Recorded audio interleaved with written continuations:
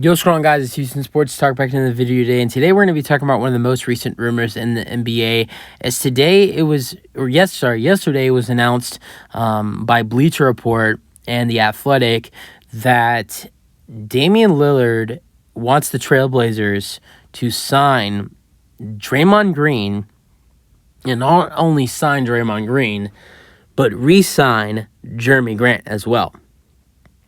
Now, we kind of knew maybe the Blazers would maybe make a push for Draymond Green, but honestly, if the Blazers were able to take Damian Lillard's request and re-sign Grant and sign Draymond, which I don't really think would happen, but if they can do what Dame is asking for, the Blazers would be pretty damn good next season.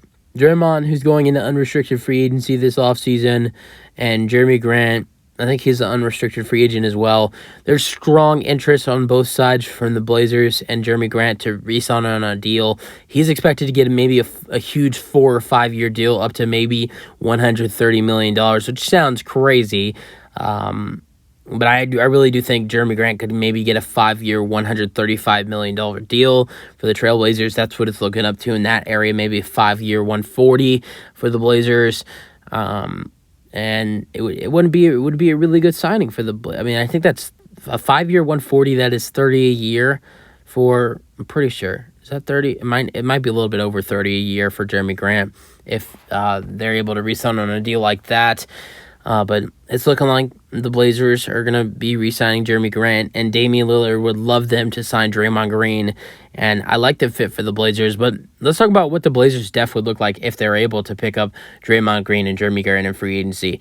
It's the guards that it gets a little weird for me, because then if you sign Draymond and you re-sign Jeremy Grant, I assume you're going to. I'm just going to assume you're keeping Yusuf Nurkic, and he's going to stay at the 5, and you're not going to put Draymond at the 5. So Draymond would be at the 4, Nurk would be at the 5, and then Grant would be at the 3, and Lillard would be at the 1. Now, who's starting at the 2 for you? There's where you have a hard decision. Do you start Scoot Henderson? Do you start Anthony Simons? Or do you start Shaedon Sharpe? In my opinion, that's where you have to decide, okay, we have to trade one of Scoot Henderson, Anthony Simons, or Shaedon Sharpe. And of course, the one you're going to trade is going to be Anthony Simons. Obviously, the Blazers have said they're not trading Shaedon Sharpe for anything. They're not giving up Shaedon Sharpe whatsoever this offseason. So Shaedon Sharpe is staying. I honestly think he would be the favorite to start at the 2 for the Blazers, even over Scoot Henderson. And Scoot Henderson, they just drafted with pick 3. He's a potential superstar. They're not trading him. So then Anthony Simons has to go. In my opinion, even though the Blazers made some good draft picks after Scoot Henderson, they drafted Chris Murray and they drafted Ryan Rupert, I think was his name, with pick 43. They would need some bench depth. Even though they have Scoot off the bench, they'd have Chris Murray off the bench and Ryan Rupert off the bench as well. They need to add some depth for off the bench.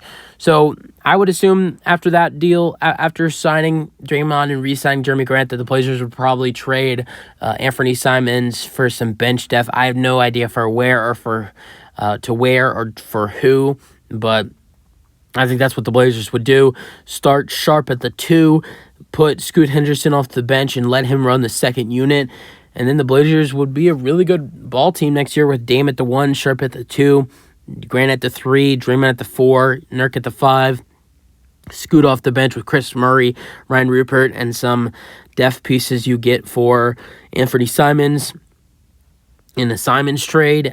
I honestly think that it wouldn't be bad for the Blazers, but I just think the biggest thing is I don't really think Draymond Green would go to the Blazers.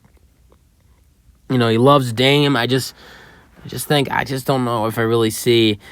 I don't know if I really see Draymond. I don't really see Draymond leaving the Warriors anyways, but to leave the Warriors for a team like the Blazers, who are one of the most unsure teams in the NBA, if the Blazers, if this team, if you even after signing Draymond and you re-sign Jeremy Grant, if it doesn't work out for them, is there a chance Dame's going to try to request a trade mid-season? So I think it's just too risky for Draymond. At that point, I think if I'm Draymond, I'd just probably I'd probably just re-sign with the Warriors in that case. And it would be a great fit for the Warriors to re-sign him.